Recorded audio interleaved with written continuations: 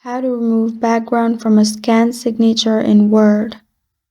Hi everyone, it's Sophia to assist you today. Without any delay, let's jump right in.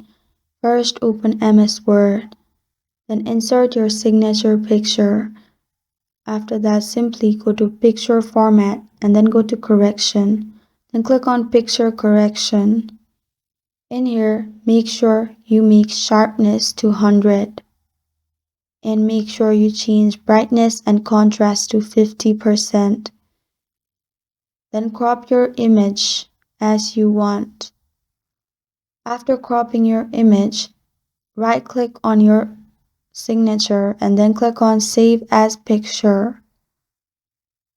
Insert your file name and simply click on Save and you're good to go. And that's how you remove background from a scanned signature in Word.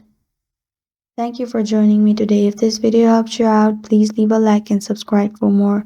Got a question or want to suggest a topic? Comment below. I am Sophia signing off. Until next time.